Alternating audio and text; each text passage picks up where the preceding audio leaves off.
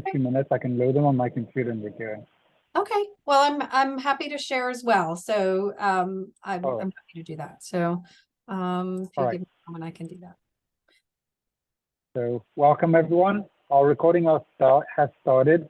This is the third session of our Activity Strong winter gathering.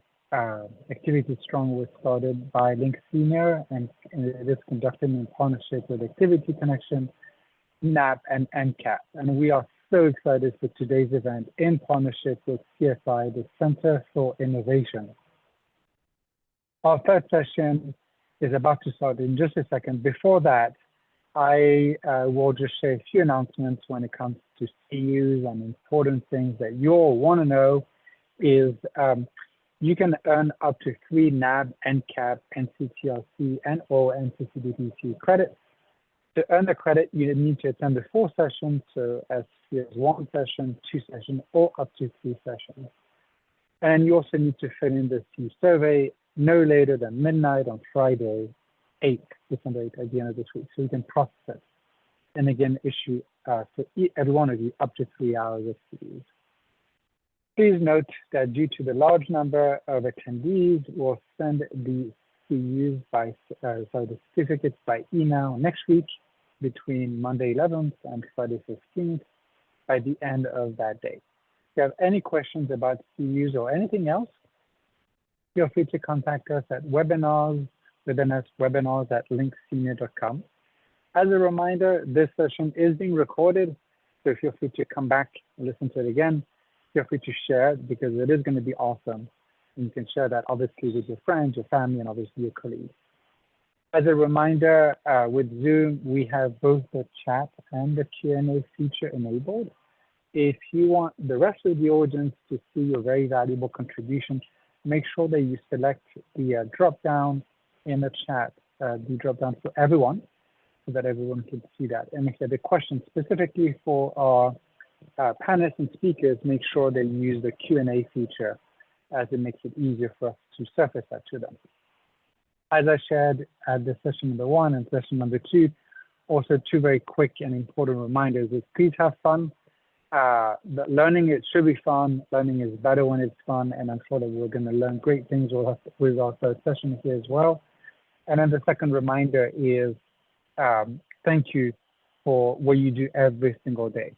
I said it and I will repeat it. Person-directed living is part of senior living, and we at Link Senior are extremely honored to partner with CSI because, again, senior living is also about person-directed living. So with that, I'm going to turn it over to Lisa, Betsy, and Kelly. Before I do that, Lisa, are you okay to share your slide? I am. Let me make sure I can do. Oh, it says I'm. Oh, yeah. Let me 1 second.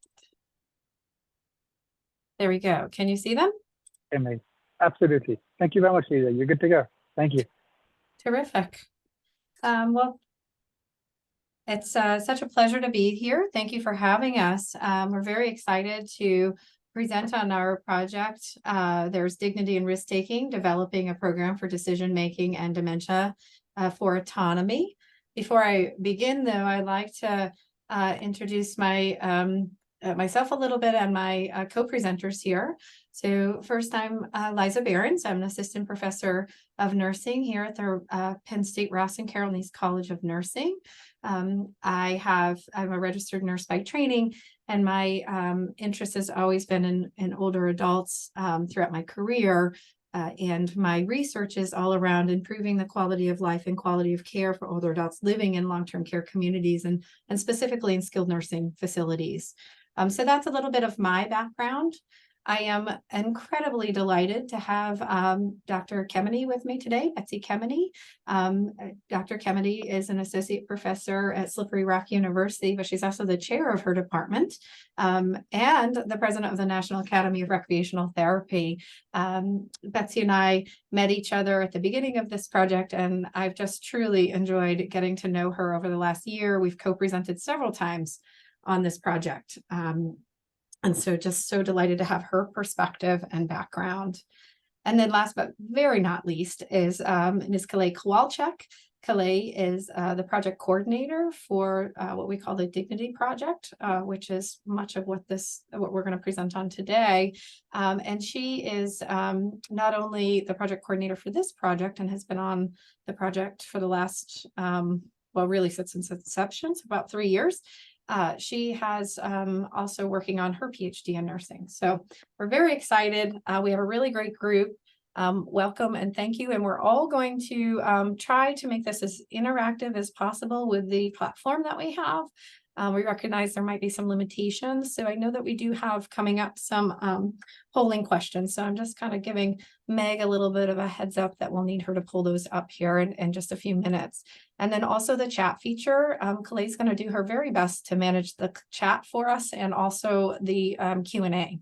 So if you have questions, about the program or what we're presenting on, feel free to pop them in chat. And I know Calais will do her very best to answer those. And whatever we don't get to you right now, we will certainly get back to you about. Not a problem at all. Okay. Well, without further ado, acknowledgements. I can't do any of this work without the folks that, without all of you, frankly. We've also been funded to do the work that we're presenting on today by Penn State and what we call a KL2 Mentored Career Award to the National Center for Advancing Translational Science at the NIH. We also have some other funding that have supported this project through our Jurich Center for Nursing Excellence.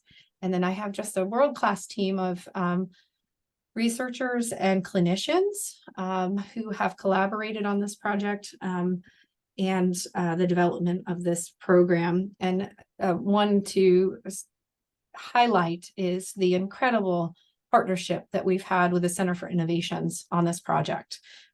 Susan Ryan and her team have been absolutely integral to keeping this program up and going and growing. So we're so thankful for that and her team. All right, so over the next 40 minutes or so, what we'd like to do is spend time discussing the principles of dignity and risk-taking in older adults living in long-term care. I think much of this we're probably preaching to the choir. We'd also like to discuss with you how your personal attitudes around risk-taking can influence or impact everyday life of residents and their risk-taking. And then finally, we hope to discuss components, or we will discuss components of our novel strategy for managing risks associated with residents' preferences for care and activities. I believe we've had a robust conversation about those already. And we'll do that through a case study approach. So that's where we'll really want some of your insights as well. Okay, without further ado, we really want to get to know you a little bit as we're just joining this seminar at 3 o'clock in the afternoon, our time. So you've been in it for 2 hours or so. So I would just like to say, Meg, can you pull up the poll? I think the first poll, what we were hoping to do is get for you to tell us what type of provider you are in the long-term care community. And if you're not a provider, if you wouldn't mind just popping into chat, how you fit into the long-term care community. So I'll just give you like 20 seconds or so to answer that. And then when you think you've got enough answers, will you show the results, please?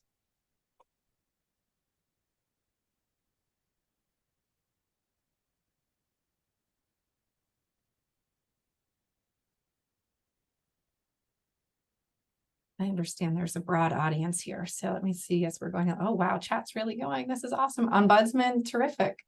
Certified Activities Director, Activities Director Administrator, Care Director. Oh, this is fantastic. Life Enrichment Manager. Terrific, terrific. Director of Resident Wellness. Life Enrichment, terrific. This is great. Household Coordinators. Medical Center with Long-Term Care Residents. Ooh, that's terrific. I wonder what kind of medical center that is. Memory Care Director. Executive. Oh, this is terrific. You got a good group here. Any residents on? Advocates. I'm still scrolling.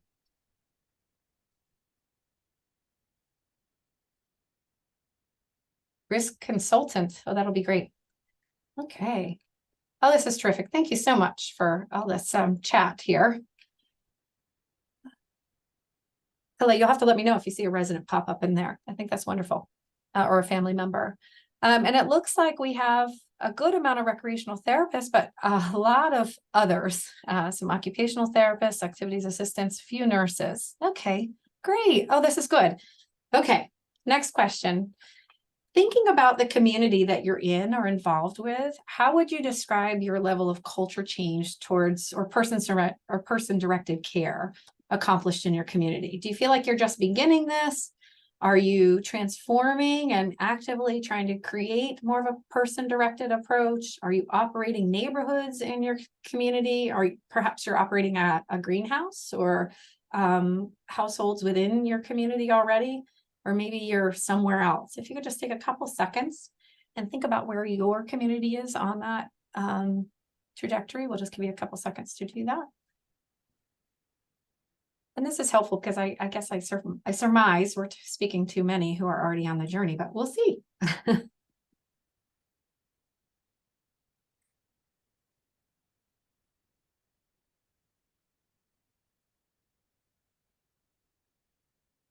Critical access hospital. Wow.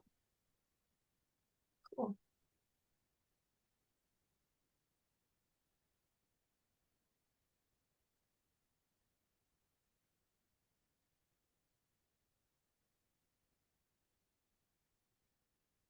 Oh, I missed it. Oh, there it is. Okay, I'm like, well, where did the results go? Thank you so much. That's wonderful.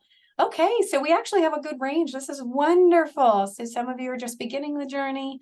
Some are transforming actively, operating neighborhoods. So we're about a third and a third if we add the first couple together. So terrific. Thank you. That's very, very helpful in thinking about who we're speaking to and the perspectives that you'll give us. All right, well, welcome everybody. All right, so the next, oh boy, sharing my chat with you all. Hopefully it didn't disrupt your screens. Okay, safety in nursing homes. Fundamentally, right, from a governmental perspective, when we talk about safety in nursing homes, it refers to freedom from accidental or preventable injuries produced by medical care. Best practices or interventions that improve patient safety should reduce the occurrence of preventable adverse events. And thinking about your organization, is there anything that might be tough about this definition? I'm not sure it's really realistic when we're thinking about pioneering a culture of, a new culture of aging and long-term care, one that's really person-directed and person-centered. Which really ascribes to a whole different set or principles of safety. So we're going to talk a little bit more about this. But first, I want to introduce you to Lizzie. I like people, so we're going to do a lot of introductions here. So this is Lizzie. Lizzie is an 87-year-old widowed woman who makes her desires known. Lizzie loves to walk. But she's living with dementia and just recently moved into a nursing home community about 3 months ago after a home care worker had determined that she was just not safe to live alone anymore. Lizzie loves to walk, as I mentioned, and she has to go for walks every day since the arrival to her community. She does have a cane. She uses it, but she's not a fan of it. The real issue is that nursing home staff have frequently denied Lizzie's request to go outside for a walk, providing the rationale that there's not enough staff to walk with her. I mean, this is something we commonly hear, and it's a real issue. Lizzie does wear a wander bracelet to prevent her from leaving the building unattended. Well, one evening after dinner, Lizzie requests to go outside for a walk, and the request was denied. Lizzie became very upset. And was adamant that she wanted to go home, citing her rights as a resident to come and go freely in the nursing home. So my question is, do you think Lizzie's preference is risky? Is there anything unsafe about Lizzie's preference? Yeah, I see someone popping some stuff in the chat already. Yes, the terminal is transforming very slow. And absolutely, Lizzie has the right. Let's think about this a little more. So the dilemma, as you might guess, is that we're really in nursing home communities late to the game in some ways, in some communities. And that is that nursing home staff and leaders are held accountable to provide this high quality preference-based care, as you know, that keeps a resident free from preventable harms or injuries. But yet they're challenged because the residents that they're taking care of are more clinically complex. They're living with dementia. And then additional to that, right, there's high rates of staff turnover and increased liability costs. So it's really around this dilemma of balancing risk of injury, or balancing the safety of Lizzie with what we really want to see in long-term care communities, especially nursing home communities, is person-centeredness, right?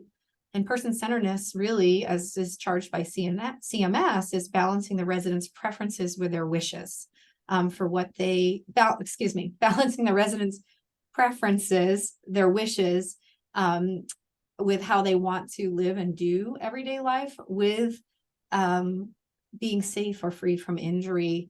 And the question is that really reasonable? Is that really a reasonable expectation that they're going to be fully safe from injury? Are any of us really safe from injury?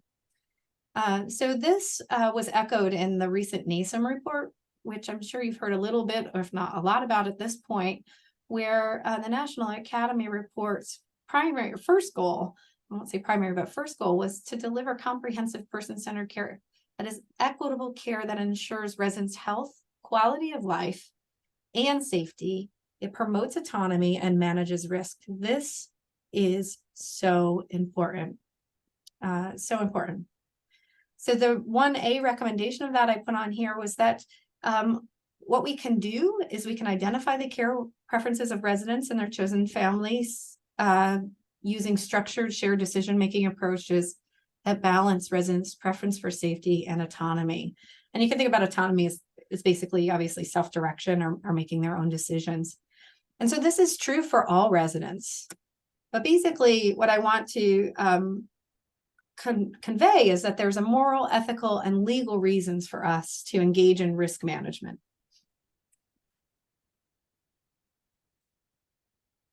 Okay, so what's currently going on? Are we engaging in risk management? We are, but perhaps to a very high degree, maybe perhaps more than we really need to, and are doing it at the expense or well-being of the resident. Many of you have probably heard of this term called surplus safety in the nursing homes. It did come from Dr. Thomas's work. This is it's one of my favorite images, only because I think it truly does represent what we do with our elders that are living in some of our communities. What we do is we reduce risk at all costs. And this means that we put them in bubble wrap, right? We try to protect them because we care so much about them.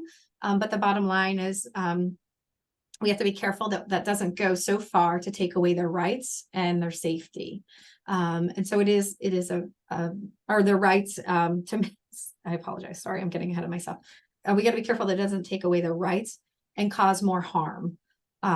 So this idea of surplus safety is really the byproduct of regulations and institutional practices that eliminate all risks, including the risk of positive and meaningful experiences. Yes, I see some comments coming along and they might distract me a little bit. You're absolutely right. We cannot put persons with dementia in a bubble. You're so right.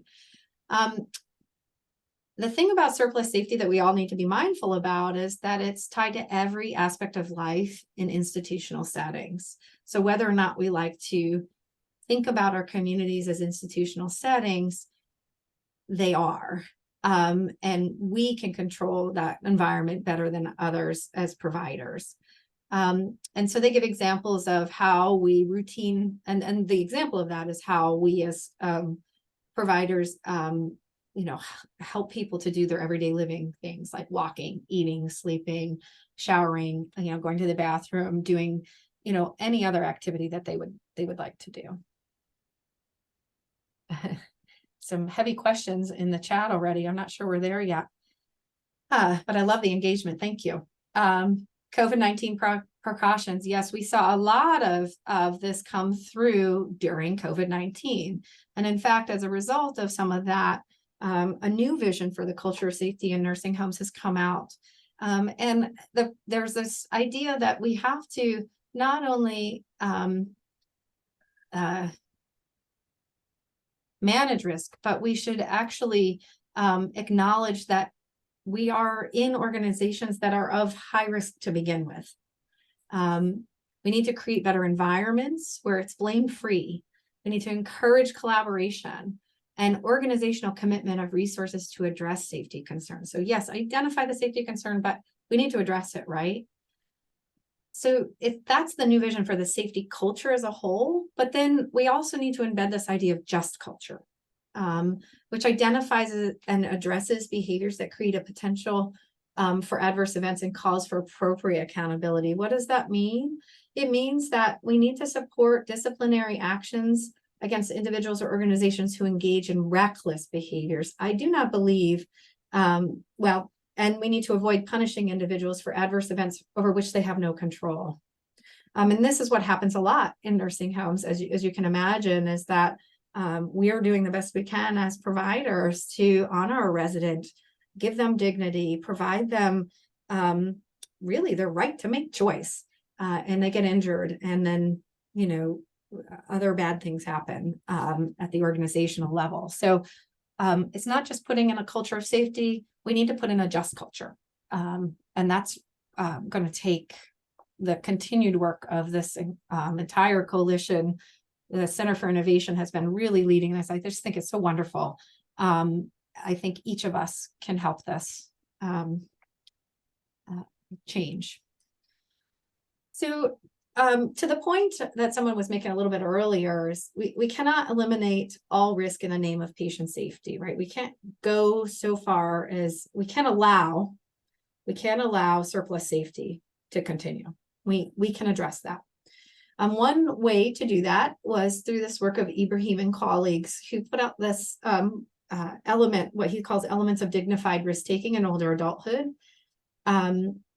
We can deal with risk directly on to support older adults in their autonomy.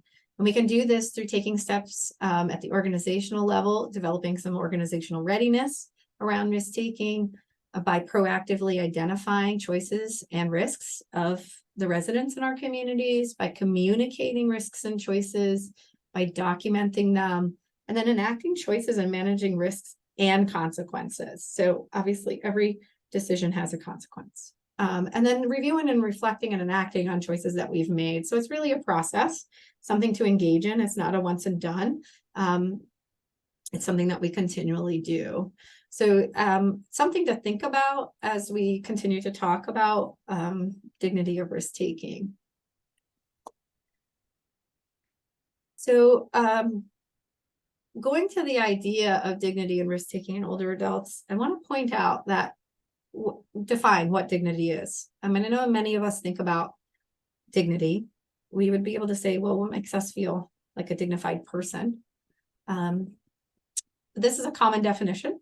Dignity is a basic human trait that is based internally on self-worth and externally on behaviors of what a person is willing to do or partake in, or how they are treated by others. Again, not getting some really great comments in the chat again, not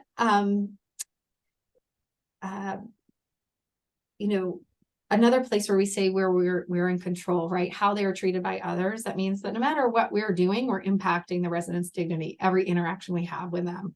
We are either supporting or building their dignity and self-worth, or we're tearing it down, right? So we want to create, again, I'm preaching to the choir, the meaningful moments. What's more upsetting is some of the research around dignity in older adults has shown that residents living with dementia are at the greatest risk for loss of dignity. Again, not surprising. And thinking about that, residents that live with dementia there are a lot of bias around decision-making, what they're able to do, what they're not able to do, protecting them. So I'm just going to challenge you a little bit around that. And to think about that perhaps a little differently. So dignity of risk-taking in older adulthood refers to an individual's personal dignity being expressed in part by their ability to remain autonomous in decision-making, which may give rise to risk-taking that it subsequently enhances personal growth and quality of life.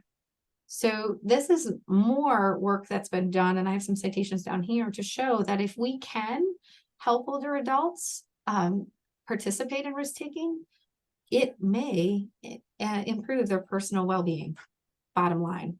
Okay, so how can we do this? Is what you're all asking. Well, before we get there, I think I've mentioned a couple times how our own actions and behaviors can potentially influence what happens with those residents and their dignity and whether or not they can engage in risk, right? There are things that we do as providers. So before we move any further, I want to better understand what you think about risk-taking in everyday life. Are you, and this is the next poll, Meg, if you want to pull it up.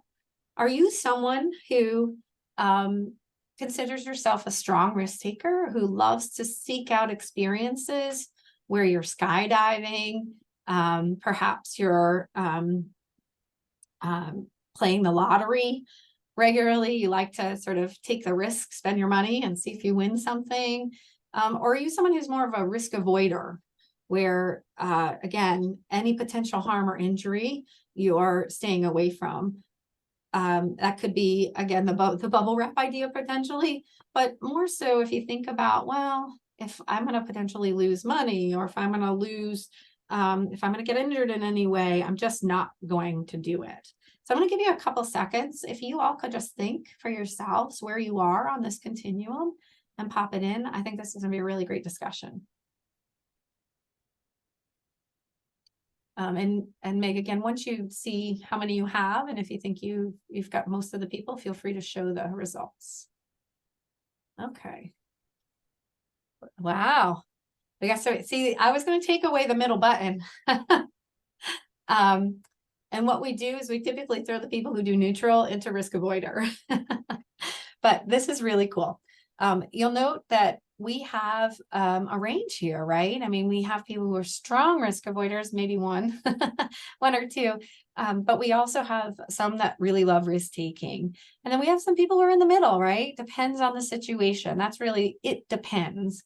But what I want you to recognize is that we're all different in how we think about risk taking and how that may impact what we do, what we choose to engage in, and what we choose not to engage in terms of everyday living.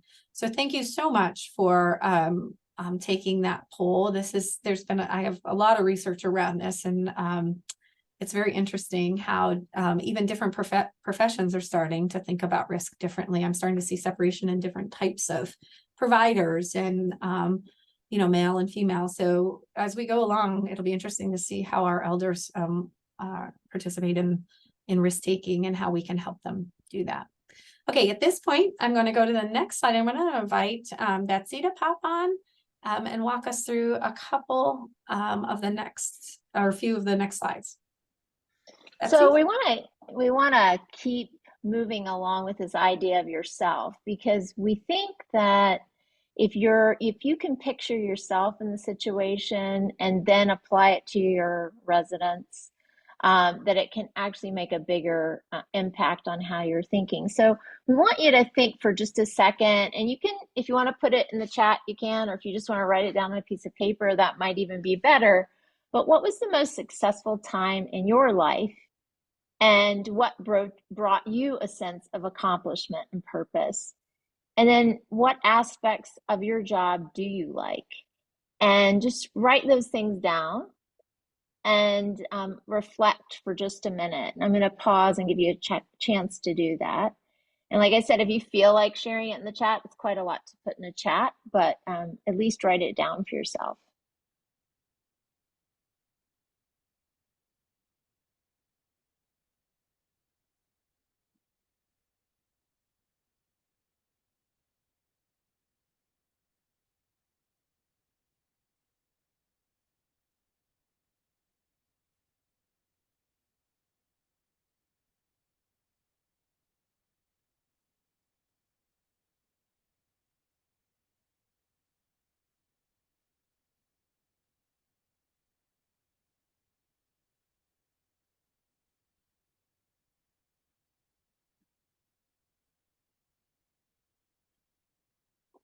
So I'm seeing here things like education, having a really strong challenge, that it gave you a sense of accomplishment to have a challenge, and the aspect of being human and really enjoying other people, and that aspect of your job you really like, and the idea of making a difference and having a sense of purpose.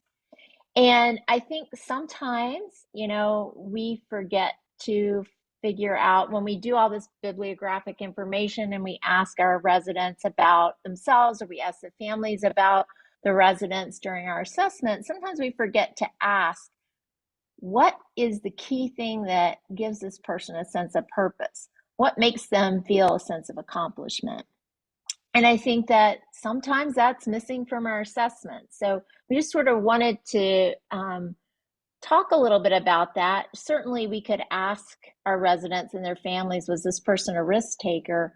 But at the end of the day, what is that key central element that is the most important part in them feeling a sense of purpose, accomplishments, and meaningfulness? And even if you look at the regs, meaningfulness is a big piece of what we do. So you want to advance the slide, Lisa? So what I'm suggesting is that I know all of you do assessment, and probably I'm preaching to the choir here today, but one of the things that I'm suggesting that we think about in this practice is to work backwards. And instead of, a lot of times we've been schooled in terms of kind of starting with a template of an activity calendar, and we need to have some cognitive activities and some social activities and some physical activities, but instead of starting with a template of a calendar or what the month is going to look like, kind of move away from a pre-designed program and this idea of kind of fitting the resident into your pre-designed program.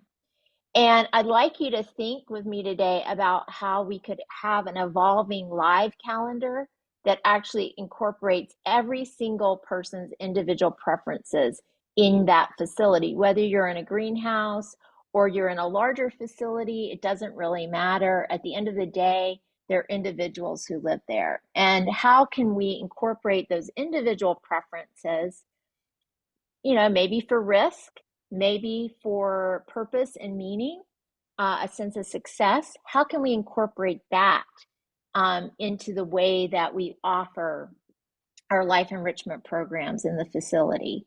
I think emphasizing smaller groups who have common needs is one way we can go about this. But it does require some intense assessment and really understanding this key kernel of what's important to residents. Not just like what their interests are, but what are the key things that make them tick. And I had a privilege of actually going to Amsterdam this summer and touring Dementia Village. And one of the things that they do there, but I've actually been doing a lot in my own practice for a long time, is considering this idea of interest clubs, social clubs that a person may have participated in their community, and just bringing that into our living spaces. So this idea of working together, whether it be a garden club, a music club, and it's something that they're choosing to participate in. It is based on preference and interest, but it's something that they can look forward to every week that has a sense of continuity. So I just wanted to bring up that idea to you all. Maybe some of you are already doing it, but instead of, we want as much as we can to get away from the 10, 2, and 6 activities and the pre-planned calendar, and really think out of the box. And these clubs are a great way to integrate resident preferences. And in the old days, when I was doing this kind of programming, I'd actually write down every single person's plan and then try to mold them together. And I had a wonderful nurse practitioner that I worked with, and we made it happen. But I think that, whether you do that on the computer or you do it by hand, there's a way to start with the individual and bring it together for this evolving calendar and this evolving plan. And it's going to look different because you'll have different people in your facility at all times.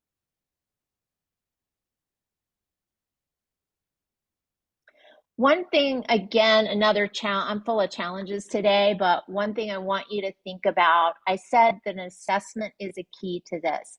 And unfortunately, when I do research and try to understand where the state of practice is with older adults, a lot of people, feel like they don't have time to go beyond doing the assessment in Section F.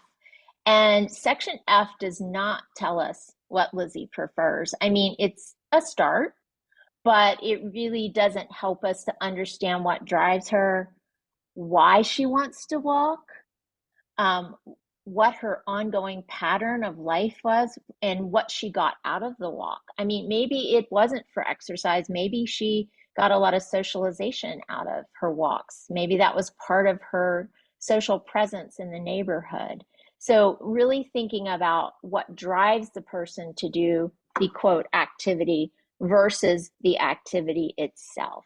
Because I have had plenty instances where I've offered something to someone because it was on their interest list and it didn't hit home because I didn't understand what was driving them or motivating them to want to do this. One thing that we wanted to share with you, it's a great resource, and it is the PELI. That's how you call it for short, but basically it's a preference-based living, and it is something that activity professionals can use, recreational therapists can use, and really gets down to a little bit more detail in terms of why do you like to do this? What do you like to do? It's not just gardening, but do you like to do gardening indoors or out of doors, or what do you get out of the gardening? Do you do it for relaxation or you do it for exercise? So I would recommend this as a great resource. It is kind of long, but again, we're only going to get out what information we put in. And so if we don't start with a good assessment, or we don't use the assessment to make our plan, then it's not going to be a good plan. Betsy, we have someone in the chat who asked what PELI stands for. Do you mind explaining that? Oh, Liza's got it. Yes, Preferences for Everyday Living Inventory, and it's a free resource. And there are many different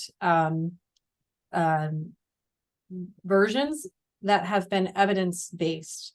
So Preferences for Everyday Living Inventory, it's on preferencebasedliving.com.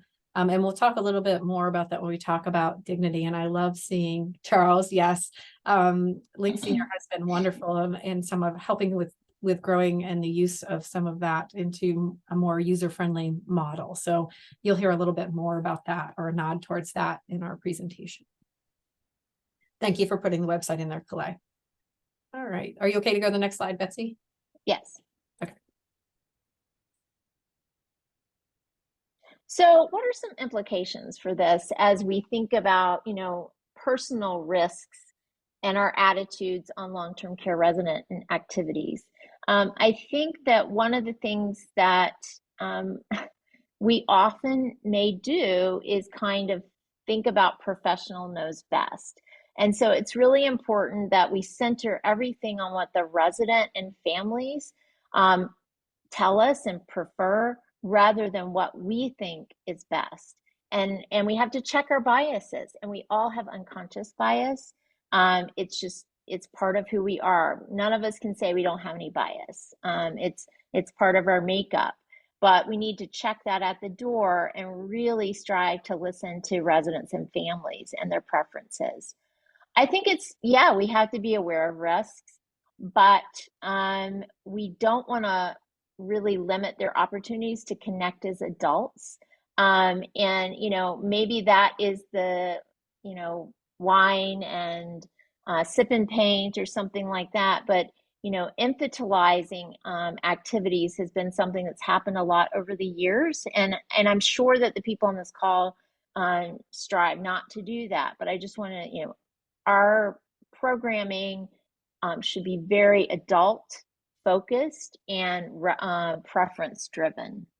Also, one thing just to kind of check what you do, but allowing the residents to use very typical tools. That can, for somebody with dementia, it can be very cueing to actually have a paring knife when they're asked to cut an apple, to have things in front of them like a bread knife, or use adult scissors or glue gun. It's fine. And we do not need to treat them like children. We do need to support and make sure people are safe, but not take those things away, and unless there is a real reason for that. And I think also things like using artist clay, watercolor paints, not being afraid sometimes of toxic paints or things like that versus Play-Doh. Now, you may say to me, well, they may put it in their mouth. Well, that's something that I know as a rec therapist. I know who might do that and who won't. But there are some clays that they're just dirt and they're not really going to hurt you, but they are adults. And then I would say another thing that I see as a blatant problem is limiting people's access to outdoors. Now, obviously, I'm telling where I'm from. I'm from Western PA, and sometimes it gets really cold here, but I'm a big proponent of not limiting people's access to the outdoors, even if it's cold, even if it's 20 degrees, even if it's 10 degrees. And what we have to do is make sure they get coats and mittens and hats, just like we do, and giving them the opportunity to be out in the fresh air. And if they're from Western PA, they're used to it. So, you know, that's the thing we have to remember. They didn't just get born. They're not a fragile infant. They are used to the snow, and it actually may bring back memories. It may be a source of reminiscence. It may be a really positive thing. So let's don't unnaturally limit people's options just to keep them from getting cold, or assume that they don't want to be out there in the cold.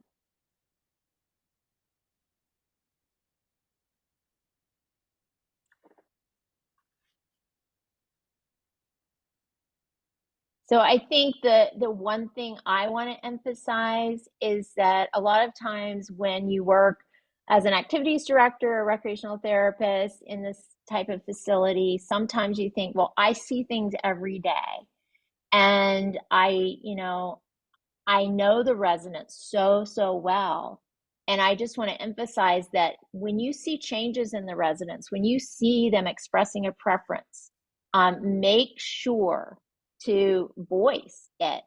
You don't need to be afraid of other professions. We need to work as a team. And you may be the only one that knows this one thing about this resident.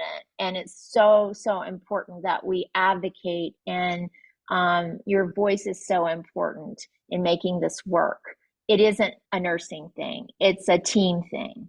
And so I really want to emphasize that. And just by the fact that I'm here today, that should tell you that this group of people is very committed to it being a team thing, not just a nursing thing. Thank you, Betsy. And I can't reiterate this. This is most definitely just like our practice in long-term care. It is multidisciplinary.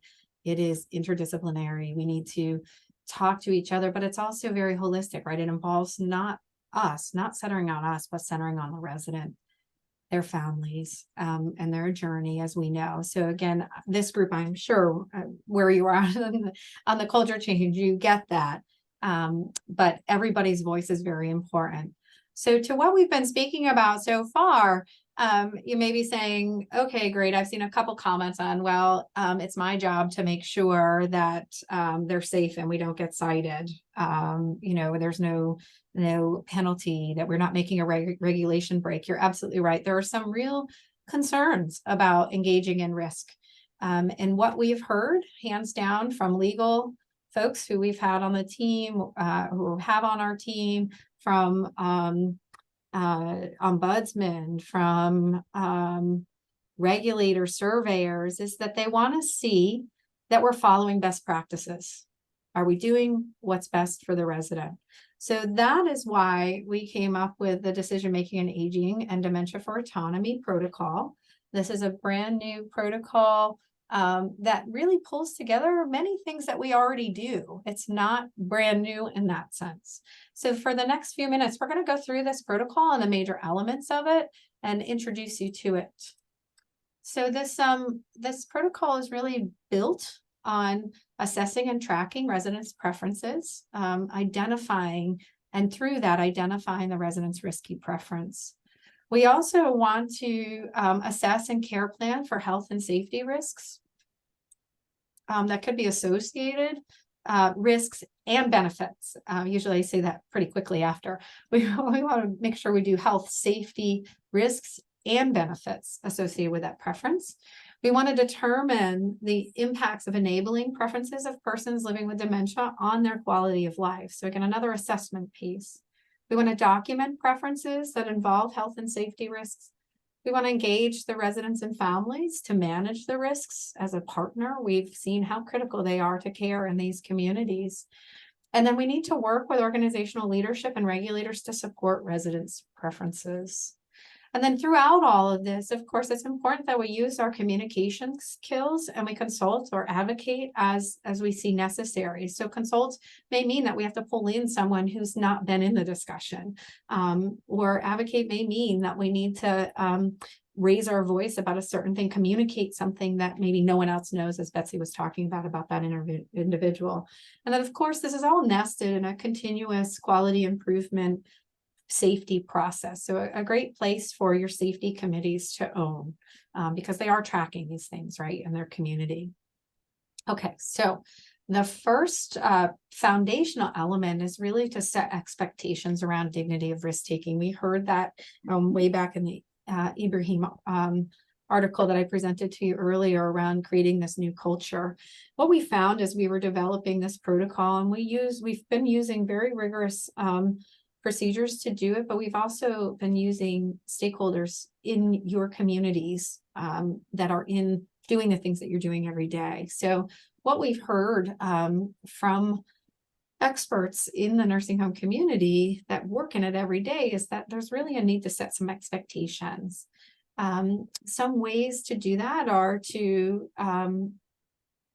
create policies within your organization that are evidence-based. So we have what you see here drafted is what we call the Dignity SOP, Standard Operating Procedure. It's a way to put on the table every expectation we have around decision-making relating to health and safety risks for residents who are living with dementia.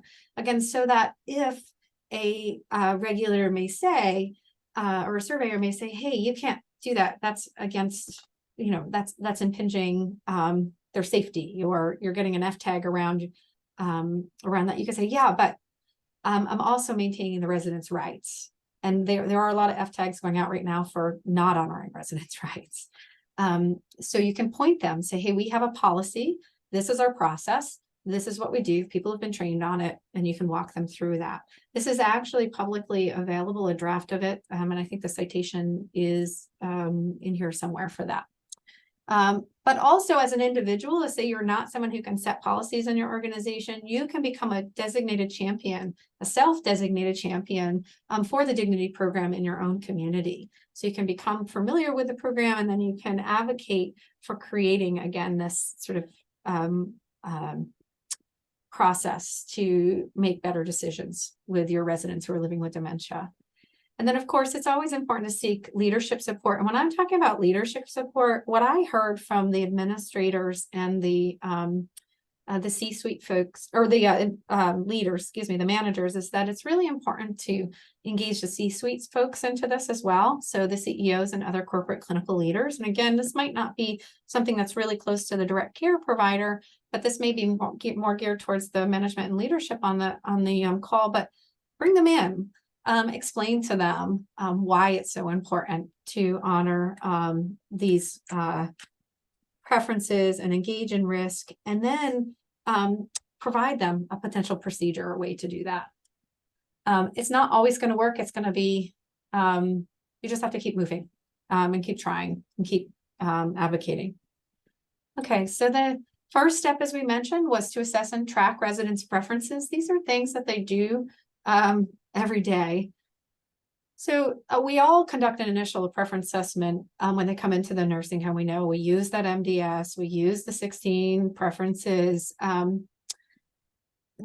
also know that many times communities have other ways they do this, and it's just not communicated. So again, activities may have their own assessment. Nursing may have their own assessment. Different departments, nutrition might have their own assessment. But if you could find some way to get together and speak to that as a combined effort and create a synchronous way to comprehensively assess those preferences, that will really help gear this whole process around not only assessing, but tracking the potential risky preferences.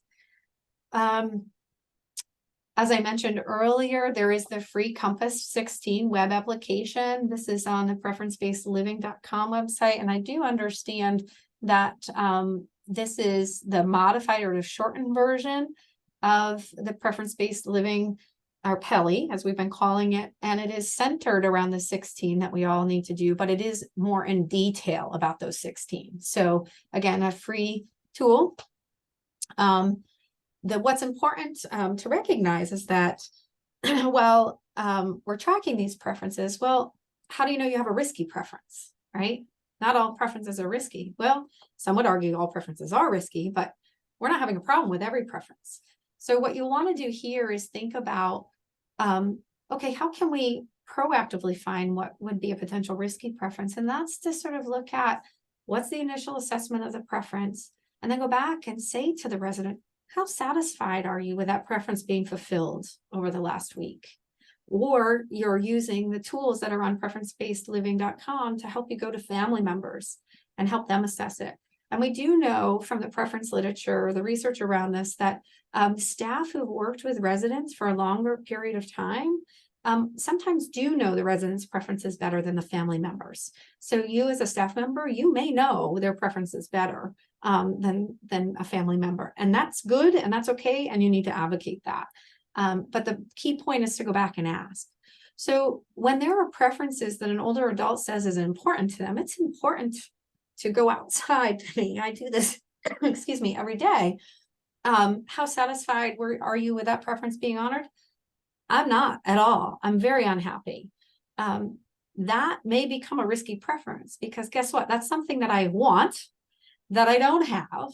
And what's our natural tendency? We always want to do what we don't have. I've always wanted dark hair, so I'm always trying to get some darker hair. Anyway, it's just, it's the same idea. Probably not the best example, but you get it. We always want what we don't have if it's important to us. So other ways we can identify risky preferences other than using that standardized process is to think about our practice in every day. Again, we assess preferences when they come in, but perhaps a resident is refusing medications. This is a big one, or refusing to eat. Food preferences are one of the #1 preferences that are consistently residents are unsatisfied with. So there's some big ones that you can tackle. And again, thinking very resident specific, they may not fit into one of the MDS categories or one of the PELI categories, but you're going to need to sort of be creative around those preferences. So for example, in one of the past studies I did, I had a resident who had a risky preference to use a power tool. This gentleman worked in his garage every day, and all he wanted to do was use a power tool to make a birdhouse. Well, that seemed simple, right? Until you got to know the resident, and some people agreed that he could do it and some didn't. So that's where the real trick came in, right? Is, can we give this guy a power tool and can he be safe? And so the staff were really struggling around that. And that makes sense, right? Because not all direct care staff are trained in how to manage risks. We don't talk about this a lot, right? So just something to think about. And then, one other thing I just wanted to share about that is that, refusal of care tells you a lot, right? Also, non-engagement tells you a lot. So a non-engagement is a no response. It's not working for them behaviorally. Some people are avoiders. I'm an avoider. If I don't want to deal with conflict or something that I don't like, I'm going to avoid it. If I don't like it, I'm going to avoid it. That's the point I'm making. So if they don't like to go to bingo, they're probably not going to engage in bingo. they probably never liked bingo, right? So just something to think about. Our behaviors tell us a lot. Okay, so let's think about Lizzie. We're running out of time here, so I'm going to scoot along. Lizzie, going back to the question, do you think Lizzie's preference to go outside for a walk is risky? You can kind of just, do a little chat waterfall, just a yes or no. Do you think this is risky? Is there any risk attached to Lizzie's preference to go outside? No right or wrong answer here. Yes, thank you. So see, my point is that we all come up from a different perspective, and that some of us think it is, some of us, don't think it is. So that's one that we would want to assess and care plan. We'd want to take Lizzie's preference and look at it in more detail. So that's the assessing and care planning piece of this, where we would ask Lizzie we'd look into the chart, we'd look at her history some more, we'd have a one-on-one meeting with Lizzie to clarify her preference and evaluate her decision-making capacity. And then we would also want to pull together an interdisciplinary care planning meeting around that specific preference to discuss the benefits, risks, and impacts relating to honoring her preference. And here's the thing. The resident and the legally authorized representative need to be present in those care planning meetings when you're talking about these types of preferences. So this is an assessing everyday decision-making capacity tool. The big point I wanted to share with this, and there is a citation here, so I think many of you will probably get the slides, is that we cannot presume that an older adult does not have or has capacity, right? So we really need to, forgive me, let me stop.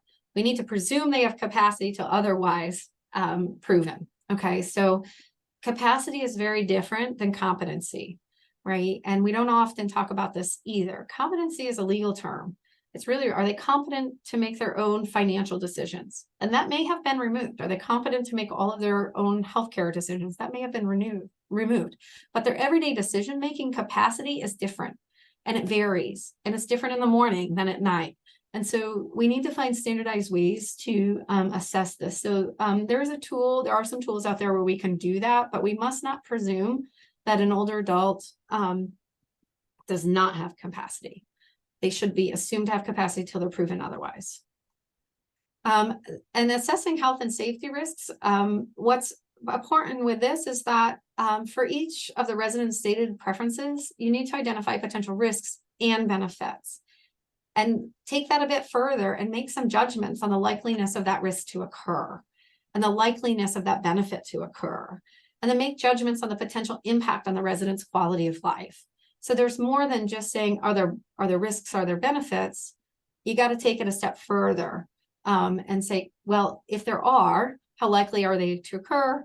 And how might that impact their quality of life? I put this in here just so that we would all be on the same page of what is risk in geriatric nursing care. Again, coming from the nursing perspective, that's why I put it in here. We tend to be people who are, I want to know what the definition of that is.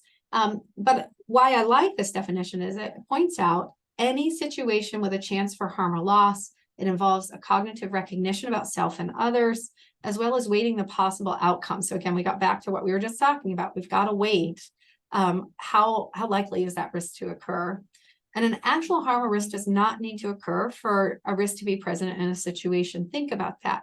Everything we do has risk related to it. It's whether or not we decide to engage in it. So this slide right here is just meant to give you some examples from research on the types of preferences that staff have considered risky of residents.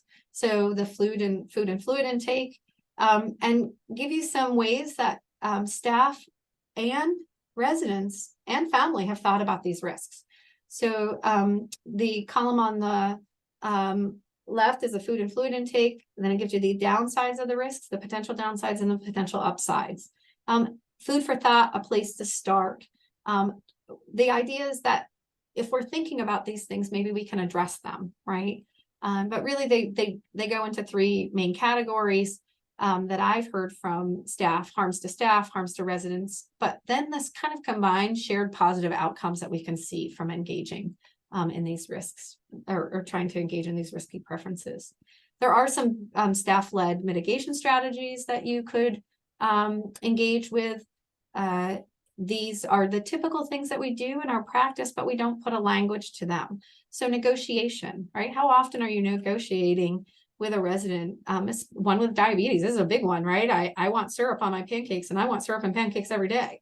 Well, Mr. Jones, perhaps we could do syrup and pancakes on Monday and maybe something else on Tuesday and syrup and pancakes on Friday, you know? So we do that. We just don't put a language to that. Education, as you know, that's pretty straightforward. And recognizing that when we're educating families and residents, we need to do it consistently and multiple times. And then it's also education of the providers around us, right? It may not just be us. We may have to educate the families, but then the clinicians, doctors, for example, can be a barrier because they may not understand the situation. They're not always, but sometimes they are. Visual oversight's really important. Can we observe them? That's one of those strategies to sort of reduce the risk. Using your personal and professional judgment, as we've been talking about, the empathy card, right? What would I want? You know, I'm pretty sure you guys saw the dog video earlier. I love that video. It's like one of my favorites. But you know, empathizing how much the dog means to you and how important it can be in your well-being, and having that dog with you, and being able to explain that importance with your own, through your own experience or through your own lens, will help others to see how important it may be to that older adult. Health assessments are very, very important. We hear all the time that, you know, we need to have really good assessments. This is so true. And it's so true that we need to be very good at our cognitive status assessments.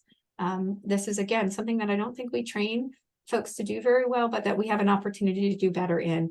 And also to recognize that it doesn't have to just be a registered nurse doing a cognitive assessment or a social worker doing a cognitive assessment. We can assess that. Nursing assistants can do that.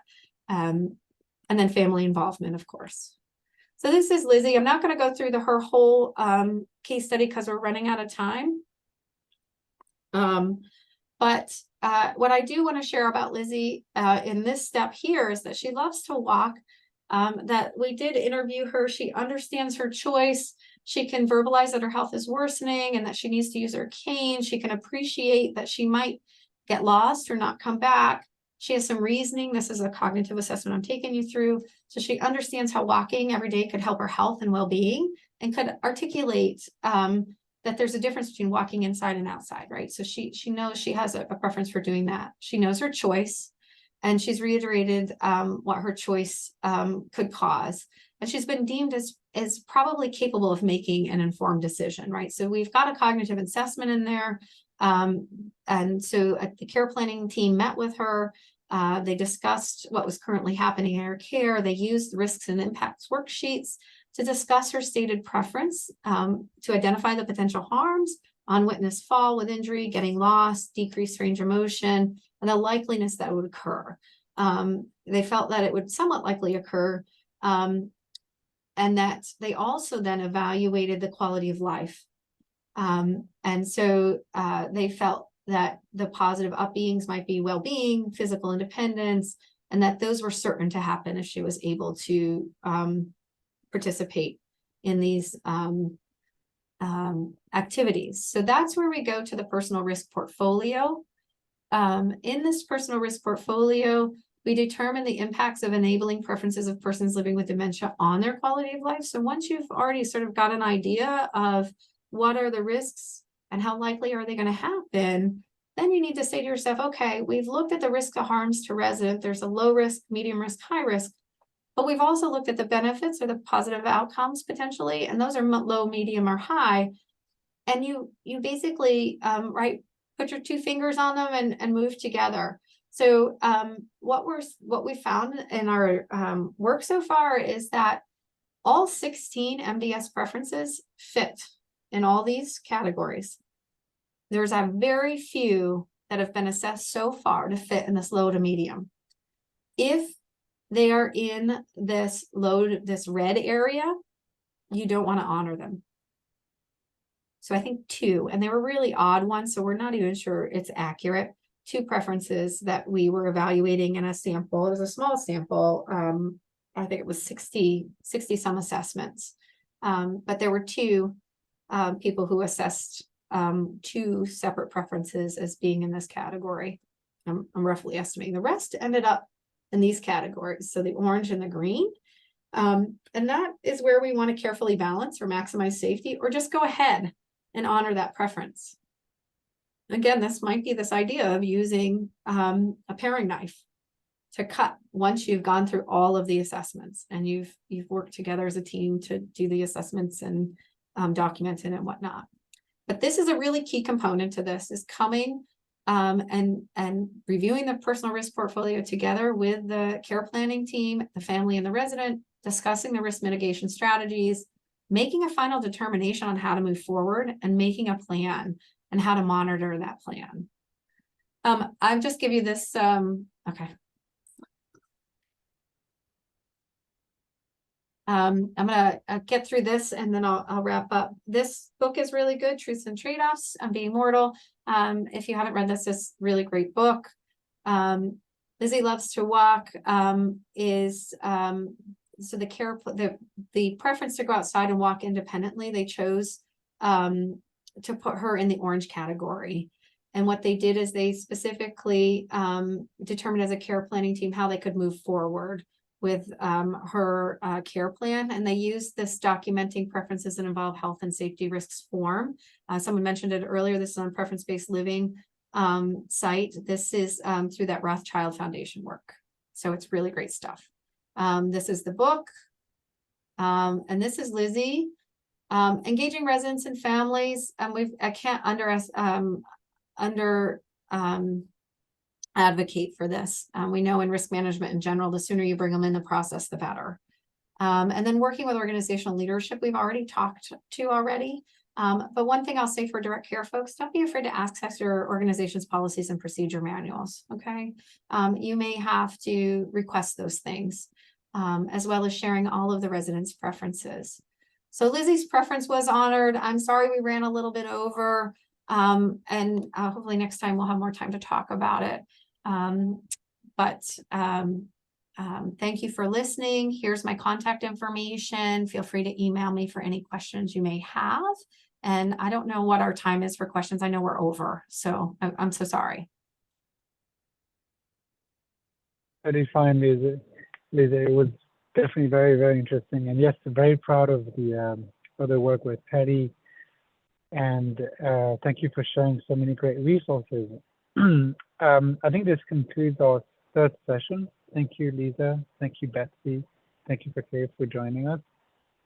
Susan, I'll let you share final thoughts before we head into our happy hour.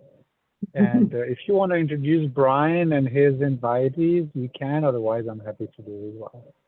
Yeah, I'll let you do that part. And okay. Yeah, I'm standing between everyone and happy hour, but I do want to certainly, working with Liza and her team has been amazing. And, you know, we all come at risk and wanting to honor our residents' preferences from different perspectives. There's the regulatory perspective and such.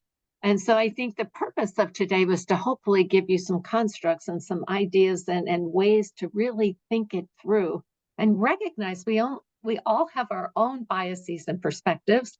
And, you know, we are beholden to the powers that be to make sure that everybody is kept safe. So, you know, Liza's work is truly amazing. And Liza, we're going to be offering some follow-up webinars in 2024 with you and your team so that we can dive more deeply into dignity and really understand what we can do. So watch for more information on that. You've got lots of QR codes that will come out in the slides so you can learn more information about us and ways that you can get connected with the Center for Innovation. Charles, it has been a true honor to engage with you and the amazing group of people. I've been fascinated by the chat and the conversations that are going back and forth.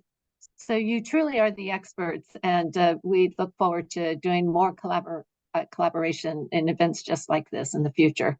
So